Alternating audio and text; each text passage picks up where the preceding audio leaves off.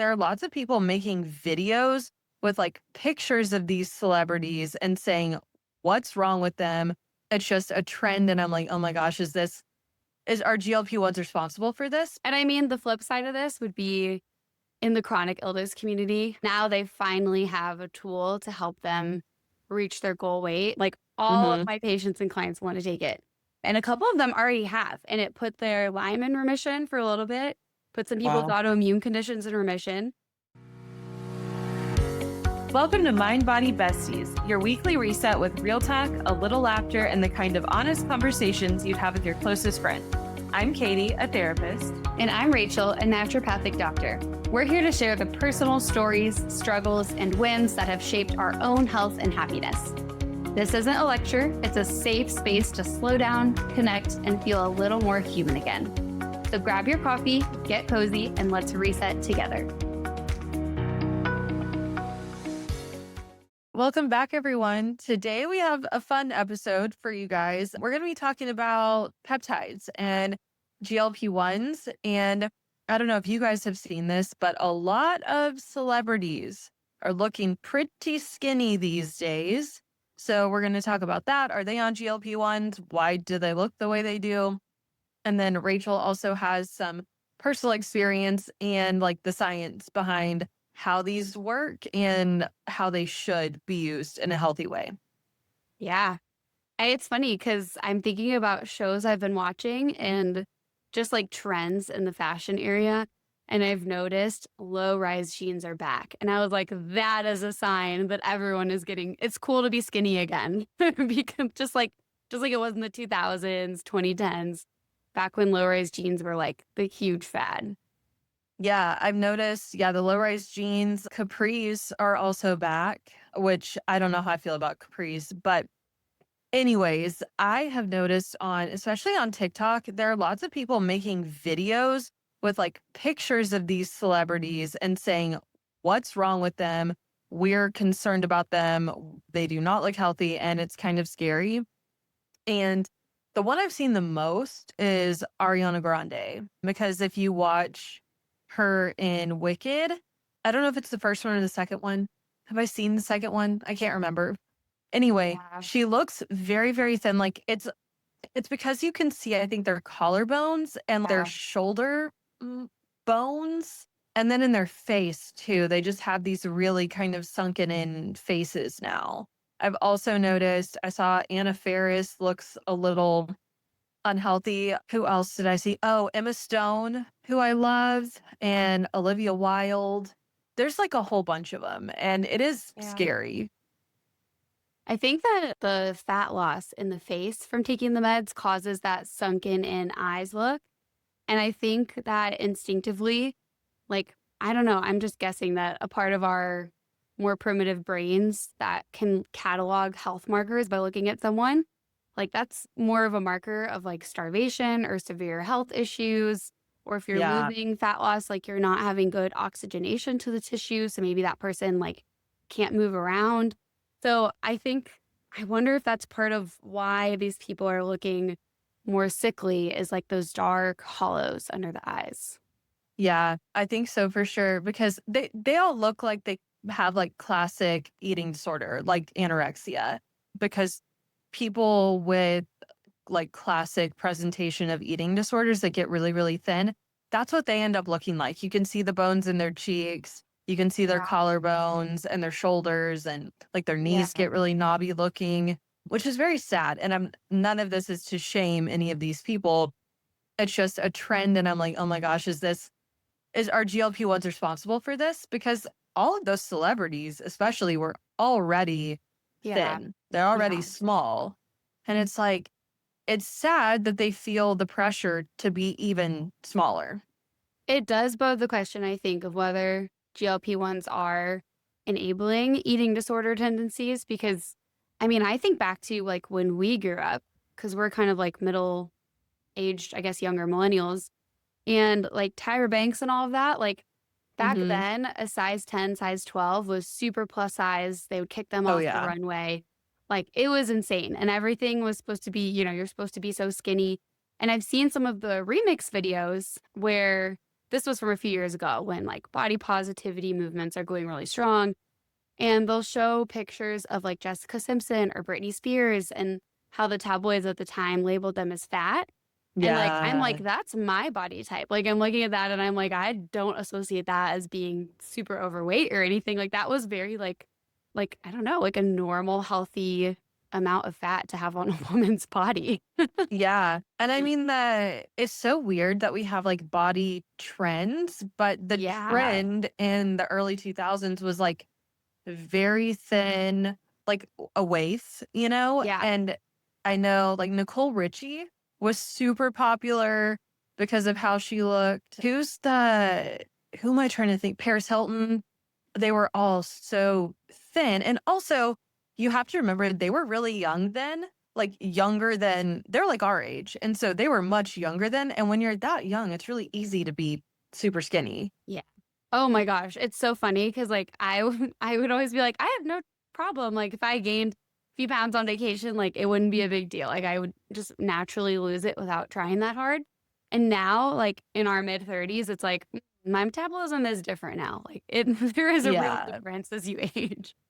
Yeah. So I do wonder like if they really are on GLP-1s and that's what's going on. Some people will get really combative in comments on social media and they're like, well, clearly she has like some sort of chronic illness. And it's like, well, Mm. maybe she does. I know Olivia Wilde, I think actually has some thyroid disorder because her eyes are also bulging. That And so sounds like people are, Graves. Yeah. yes. And that's what people are saying she has. And so some of them, I'm like, are you sick or are you just not eating and suppressing your appetite? And Yeah. as a mental health professional, I'm like, this is a whole new category of eating disorder because you've got like binge eating, you've got anorexia, and now it's like, I don't know, GLP-1 use disorder. I don't Yeah. know, but it's a whole nother thing. I mean, it's like substance use disorder, I guess, but different. Yeah. And it's funny because, and we'll kind of, dive into this in a minute, but you can use it for good. I think Yeah. it's about, yeah, the dose and the intention. But I do think it's really interesting. Like, there's not a lot of medications that are so freely available to the public. Like, Hmm. usually, if you want to get a med, you have to fit the criteria that your doctor and the algorithms have decided you need to fit. So, to Yeah. get the prescription brand name meds with the auto injector pens, you have to have a certain BMI. You have to fit the criteria for being able to get it, and your doctor has to prescribe it. And I think we're having this like new wave of use because you can get them online from a compounding pharmacy without really having a doctor prescribe it. And you can Yeah. get it online from a research facility coming from overseas where you don't even need an online fake doctor to sign off on it. So I think people are able to use it like even without meeting the criteria that they would normally have to meet too. Yeah. So I listen to Kid Craddock like every morning. I've listened for years, but one of their sponsors now is this company called Row.co, and it's for GLP-1s. And you can get injections or you can get pills and you can take Yeah. a GLP-1 pill. And I'm like, it's just too easy now. It's too easy. It's yeah. And I mean, the flip side of this would be in the chronic illness community. I do see people who have like, really bad thyroid disorders, whatever.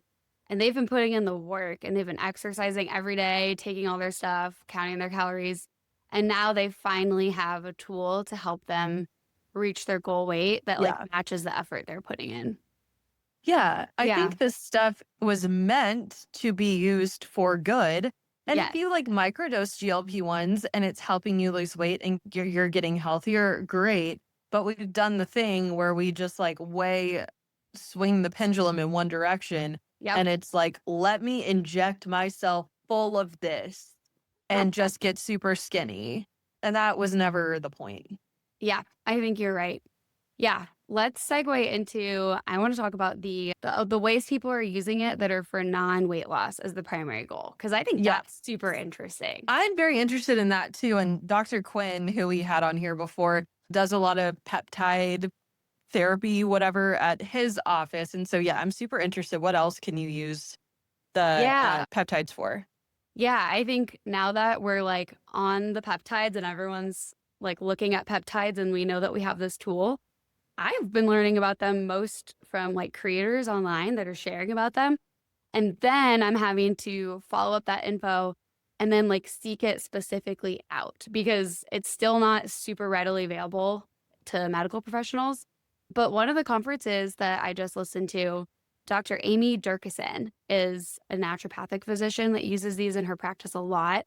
And so she laid it out really well. And she was talking about how we're seeing huge improvements in pretty much all autoimmune conditions, Okay. endometriosis, mast cell activation, so like histamine issues and people who have like really bad allergies, and then inflammation in general, and even mental health. And Yeah. I watched some friends take GLP-1s and then transition off of them. And it definitely, like if you were benefiting from it, if it was keeping your joint pain down, if it was keeping your inflammation down and your brain inflammation down, like people notice when they go off of it, they're like, oh my gosh, like my joints hurt again. And I'm having like this depression feeling or I'm having a lot of anxiety. So it's really interesting. That is. So if you're taking them correctly and not overdoing it, is it safe? Do we know yet? Is it safe to like take them forever? Okay, so it's funny you asked that because that's what I was wondering. Because I looked into this so much because I wanted to try it for my autoimmune stuff and my mast cell Sure. activation. And so I actually just started on Monday. So we're recording on Wednesday. So I've been on it 2 days. And I think that certain ones are safer than other ones. I do think we have more research on GLPs than some of the other ones. There's a lot of research on thymosin alpha 1, which I know Dr. Quinn uses a lot, and I've been taking that one. Okay. And that one is really good for autoimmune conditions and calming inflammation. And apparently, like 34 countries have that one like federally approved. Like it's like Okay. proven the safety standards. We just like haven't bothered to do it in the US, I guess, Sure. probably for financial reasons. But yeah, I mean, there's a theoretical concern. I even just saw a video come up by Dr. Ben Lynch. There's a theoretical concern about cancer because the peptides are really good at improving blood flow, and improved blood flow would also benefit a tumor. So they're not causing Oh, cancer, sure. but your own cells benefit and also cancer cells might benefit. But the flip side of that, which I feel like no one's talking about, is having unchecked autoimmune disease and unchecked inflammation and unchecked oxidative stress in the body also increases cancer. So I'm like, I Yeah. could actually see where these are actually, as long as you don't have an advanced tumor already, I could see where these are actually possibly reducing your risk of certain cancers too. Yeah. That's the I biggest mean, concern. okay. I mean, well, so then it's like, okay, well, if I don't have cancer or a tumor already, then I'm probably good. That's But what it seems to be. Yeah. that is super interesting though. So I know you've only been doing Yeah. that. Are you doing injections? I'm doing injections. Yeah. So I have a friend who's doing it too. Like we're doing it at the same time. And she was really scared of injections. So I actually went down the rabbit hole and spent a lot of time looking into the alternative dosing. Mhm. And there are alternatives for people who don't want to do injections. And there's like two different alternatives that you can do. And the sublingual one, which is not the capsule that you swallow, is like it's a compounded drops, or another sublingual delivery where it melts in your mouth. And you can do oral, but I decided to do the injection because you get effects 1 month sooner and it's going to be stronger and like better absorbed. And you don't have to do any Mhm. kind of fasting around the time you take the oral peptide Okay. to do injection.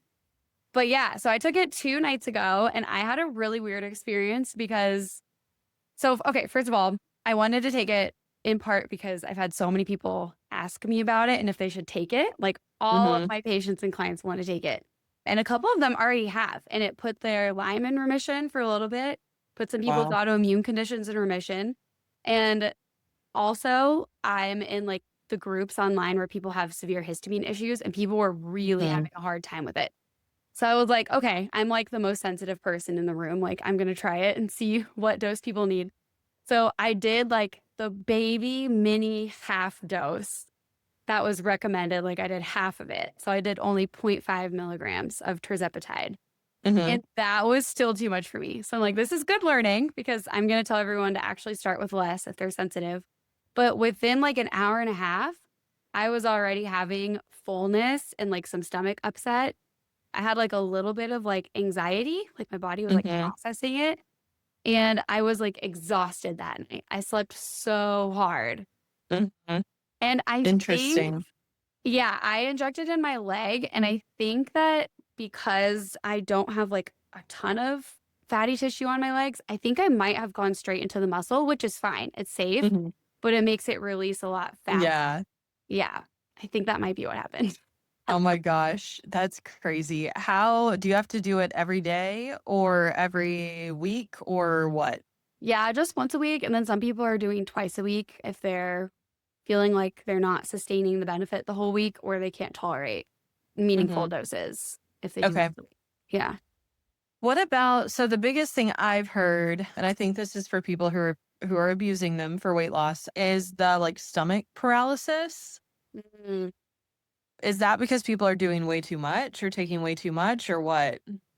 That's a good question because that was another thing that confused me. I had the opposite of stomach paralysis. Like I had the rut right after I took It it. was your And so stomach was moving. yes. And so I was like, what the heck is happening? Because I thought this was supposed to like slow things down. And then I looked it up and apparently you can have either. So like that's confusing to me, but I think it's because it does slow down your stomach emptying, but then the food just sitting there can actually irritate the lining of your gut and then your body tries to push everything out.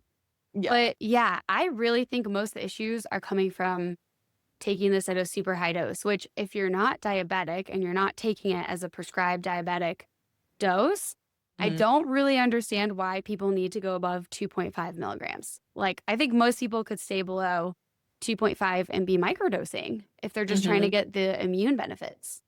Yeah. Interesting. Now I'm like, I wonder what it could do for me. What peptides are people using for like anti-aging? What Yeah, there's the peptide is gonna make copper. me beautiful? Ooh, I mean, the copper one is the beauty peptide for sure. Is it? Okay. I'm kidding mostly, but But also, I'm like, I don't know. Once there's a little bit more info on the ones that are more like, there's nothing wrong with vanity focused, but the ones that are more vanity focused, I'm like, I'm gonna wait for more info on those. Probably. yeah, yeah. Yeah. I've always been the kind of person that like if a new drug comes out or a new vaccine comes out or a new anything comes out, I'm like, talk to me in 5 to 10 Yeah, years and then maybe I'll try it. for sure. But I don't like being one of the first people to like try things like that. Yeah. Because I'm not as sensitive as you, but I am also very sensitive to any kind of medication, supplement, whatever. Yeah. You would probably need to stay at like zero point 0.5 or 1 milligram too, I bet. I'm sure I I think I would. need less. Like, I think I need to do like 0.25 or even like 0.15. I mean, yeah, I'm always the person, God, I will never forget after I had my C-section, they were like, okay, we're going to give you some pain meds. And I was like, can you give me half of what you normally would? And they're like, you probably want all of it. Like, you're going to be, and I was like, no, I really don't. I promise. And they were like, okay. So they gave me Percocet. Oh, I was on another planet. And I don't like how pain meds make me feel. They I make don't me like it really either. sad and anxious, and I just feel, like, sick, and I started itching everywhere, and they were like, I was like, "Did you guys only give me half?" They were like, "Yeah," and I was like, "Alright, forget it. What can you give me that's not a narcotic?" And they were like, I was "Ibuprofen, just gonna say. 800 milligrams," and I was like, "That's what we're gonna do." Yeah. Man, So, yeah, I feel like I have the same and I have the same reaction to pain meds. I can't do them. Like, I I think cannot do them. yeah, which is a whole nother thing. I mean, speaking of people like, taking more medications and drugs, like there's some that I don't understand how people get addicted to because I'm like, my body must have a very different response to that medication. Yeah. I mean, working in like criminal justice and working with probation and parole for a few years, like those people have a completely opposite experience. They feel like warm and fuzzy and relaxed Yeah. and like they feel like they're just kind of sinking into a couch and like getting a warm hug. And I'm like, yeah, that sounds nice. That is not my That's experience. not my experience. Yeah. Yeah. Well, I feel like, with these peptides, I think one of the weird things is it's such a messy landscape because there's all these peptides. Most of them are available without a prescription. And then this one is now a prescription one. And so I think because it's a prescription, the GLPs, it's at a way higher dose. Like, I Yeah. truly wonder, I don't know. And again, like, I don't have a lot of experience prescribing it for diabetic purposes. Like, I've never done that. And I honestly don't have a lot of diabetic patients. So, like, I don't have a good handle on that. But I do feel like it's probably being recommended to go to such high doses for people who don't even have severe blood sugar issues Mhm. because it's a pharmaceutical and like, there's always the like more is better, like what's the max dose we can push people to, or Yeah. they'll get like the max benefit without having too many side effects. But I mean, there are side effects. Like at the high doses, like people are getting gallbladder inflammation, they're getting a lot of gut irritation, they're getting severe constipation, which my solo cast will be coming out by the time we air this, all about why constipation is actually like super bad for your mental health. And so I do think it's having a lot of negative effects when people are taking it at the doses that most doctors are giving it at. Yeah. Yeah. I think there needs to be more like case studies on this and stuff. Yeah. The other interesting thing, I just got an Aura ring, got the Aura Ring 5. Oh, nice. And Is it the skinny one, the slim one? yeah, it is. Oh, I'm so jealous. Mine's hideous. I am so lucky because Joseph was like, I'm going to get you one for your birthday. And I just happened to Google, I was like, when's the next gen ring coming out? Because he was going to get me a 4. And it was like, it's supposed to drop in 2 weeks. Like it got like hinted, like accidentally released it on their website for like a second and then took it down. And so I was like, okay, I'm going to wait because the 4s are going to be like useless after the 5s are out. Nice. Nice. Yeah. No, now I want one of the slim ones because it just looks so ugly. Like, I feel like mine looks good compared to mine. Like I have a skinny wedding band and mine's only like 3 times as thick as it. yeah, no, that one looks good. Mine is just, first of all, You have skinny fingers too. I do too, but you do. I have little skinny fingers. I'm not wearing my Oura ring today, but I have little skinny fingers, and also like the silver clashes with, so I wear it on my other hand and I have a gold ring on that hand, and so the silver like right next to it clashes, and it just, anyway, what a first world problem. Anyways, But the Aura Ring 4's gold was so ugly. I would have gotten a silver if I got 4. Like I didn't like the yeah. gold. It was a yellow green gold. They fixed it for the 5. It's a normal. Yeah, I didn't like it either, and it was just like more expensive, and I thought, you know what? This isn't like a fashion statement. This is to get like biometric data from my body, so I don't want to spend more money on it. But I'll be interested to know if you have any like changes in your I data know. Well, trends. apparently they're rolling out, the reason anything of it is they're rolling out like a GLP-1 journey, which I have no idea how. Oh. I guess they'll have people log their injection day and then see how their sleep and stuff changes. But Probably. I have no idea how they're going to use that data. But apparently, because the GLP-1s are so common, they are rolling out an Aura factor for that. I mean, that's cool. That'll get a lot of Yeah. really great data. Okay, so in addition to this, the other thing I want to talk about is I think drugs are like cool again. And here's Wait, what I mean by clarify that. whether you mean like street drugs, like recreational drugs or medications. I mean street drugs. Because in addition to the being super skinny, not looking healthy, the other thing I've been seeing is videos of like these same celebrities on red carpets, in interviews, and they are like having trouble keeping their eyes open, slurring words, like they sound drunk. And I saw a video literally last night of Anna Faris. She was on a red carpet, and I was like, who let her go get interviewed? And it was actually really sad because you could tell like she wasn't like, oh, I'm high, I'm having so much fun. She was sad. It just did not look like she was having a good time, but I've seen so many celebrities like that recently, and I'm like, What is going on?" Have you Yeah. seen that? I think I've curated most of my feed to be dog videos, but I do occasionally see the celebrity videos, and I don't know my celebrity names very well. But it's funny you say that because literally probably 2 weeks ago, I was like, "Oh my gosh," to Joseph because there was a celebrity at some kind of big event, and she had the glassy eyes, she was talking really slow and super sleepy, and I was like, wow, like she's really clearly on benzos, which like, some people really need those to function and feel okay. But again, I just didn't expect to see that from someone giving a public interview. I know, and yeah, it is. They're all acting like they're on benzos, and so for people that don't know, benzos are like Xanax. It's like a fast acting anti-anxiety. If you're having a panic attack, you can take one and it brings you down pretty quick. So that's what you need those for. If you take them, and I've seen several people take them who do not need them, it like it makes you go in slow motion, basically. And I think, like, the people taking them are like, "Oh, like, I feel, like, loosey-goosey and, like, whatever." But to the outside person, you look like you're really drunk going in slow Super motion. stoned. Yeah. Yeah. Yes, and, like, slurring words or having trouble, like, thinking of what words you're saying, having funny body movements, moving slow, kind of waving.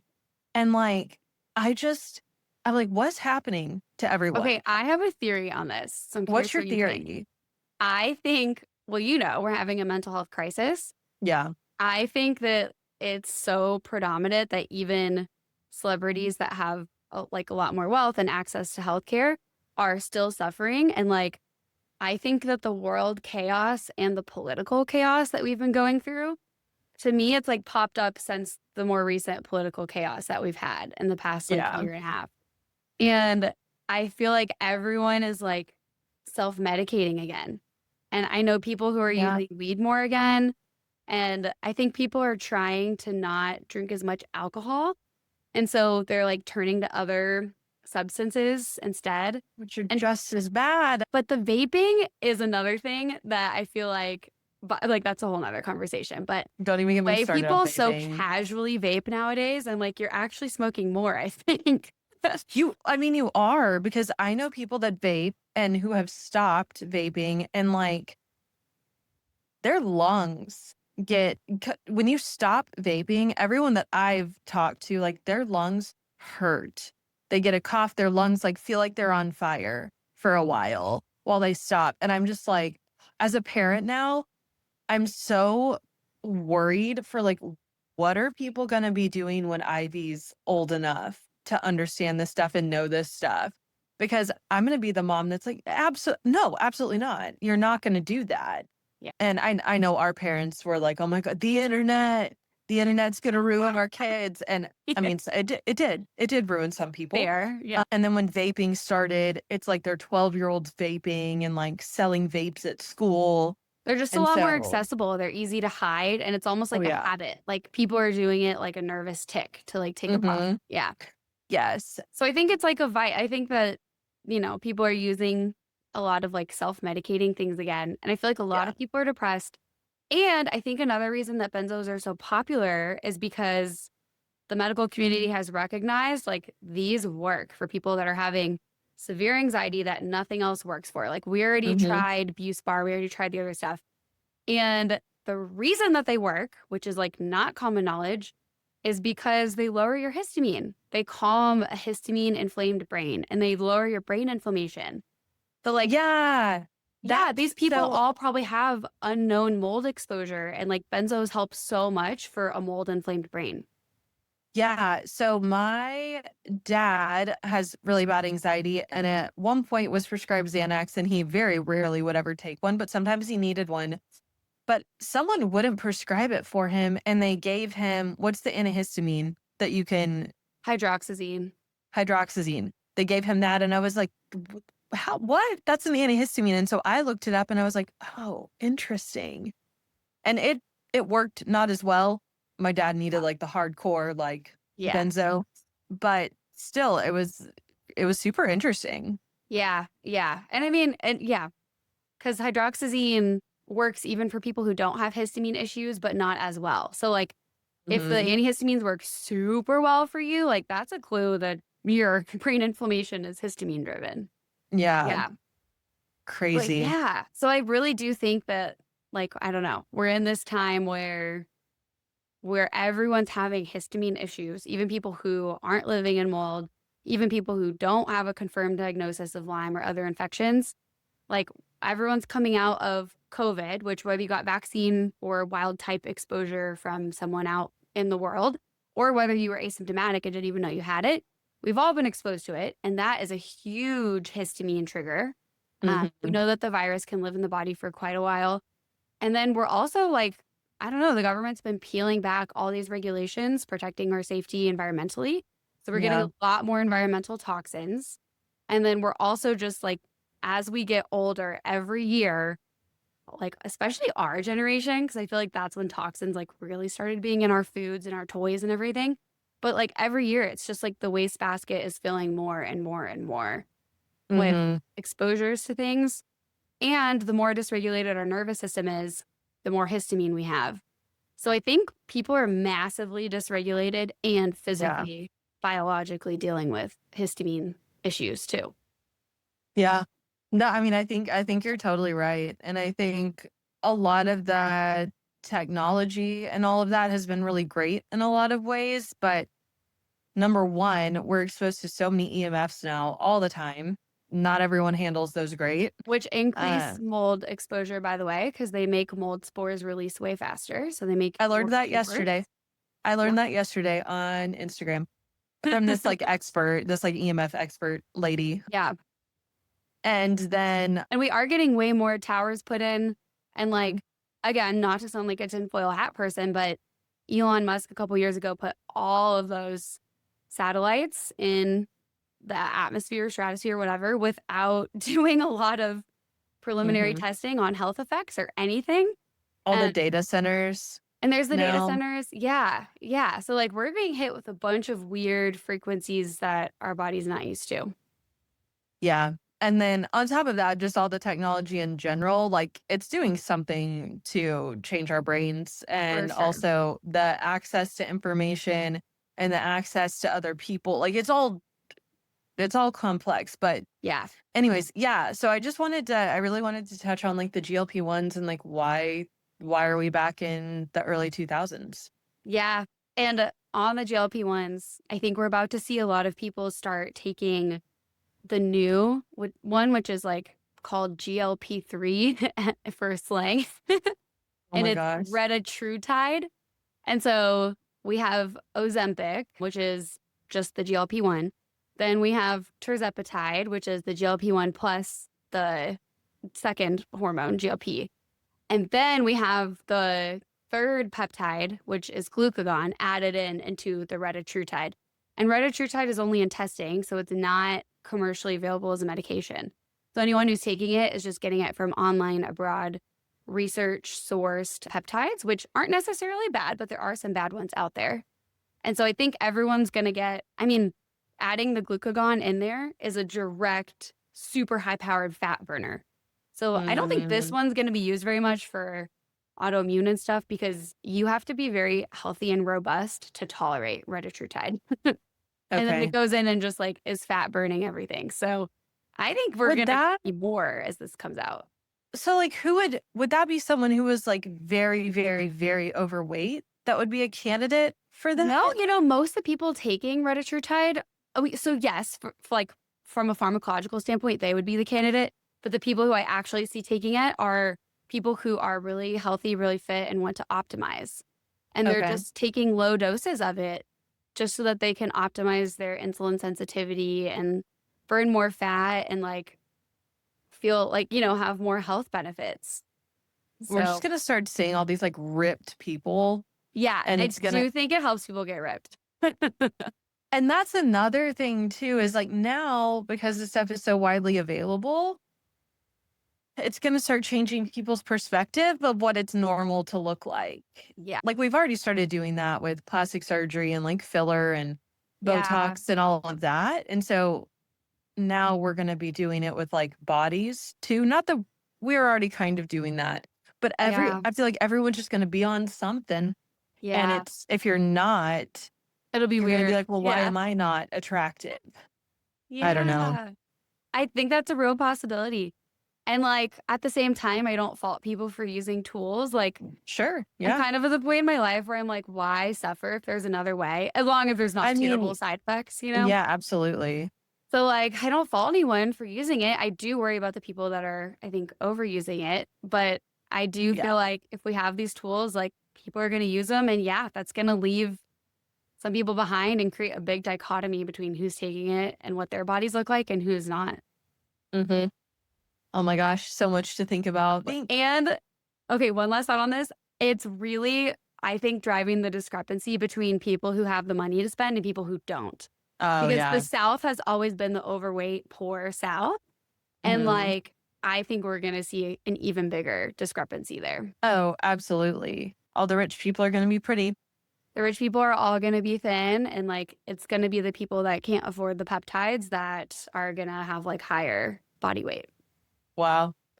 What a world. What a world we live in. You know? Yeah. I can't wait till Ivy's like 20. She's going to be telling me things and I'm going to be like, they have what now? What do you what? Because peptides are the thing now. Like, what's going to be the thing, you Oh know, my God. I don't 10, know. 15, 20 years from now? But I do feel like peptides are, I mean, I am interested to see what plays out with peptides because when we had biologic medications, like first coming on the market for autoimmune and stuff, like that was huge. It was like, oh my gosh, we can manipulate the immune system and like turn things off. And now there's like a whole new T cell therapy they're doing for autoimmune. But there's also like the peptides and like Mhm. they're actually way less immunosuppressive than the biologic medications. A biologic medication is like $20K a pop. The peptides are way cheaper. Yeah. So I think peptides are about to really, and especially with how many people have chronic illness, Mhm. I think we're just going to, now that we've opened the door to using biological proteins to modify the immune system, I think we're just going to have more and more peptides that are discovered. Yeah. That's crazy. That's so interesting. Well, I Yeah. had so much fun talking about this. Yeah. I love this stuff. This was super fun. Do we have any health trends that we want to audit? This kind of feel was a like- health trend. I think our entire episode was a health trend. Yeah, I actually. agree with you.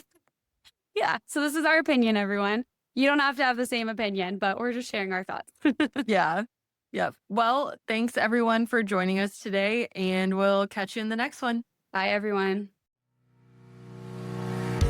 Thanks for joining us for another weekly reset. If you loved hanging out with us today, subscribe so you never miss an episode, and share this with a friend who could use a little calm and connection too. This show is for education and inspiration, not medical advice. To learn more or connect with us, check out the show notes below. Until next time, take care of your mind, your body, and your heart.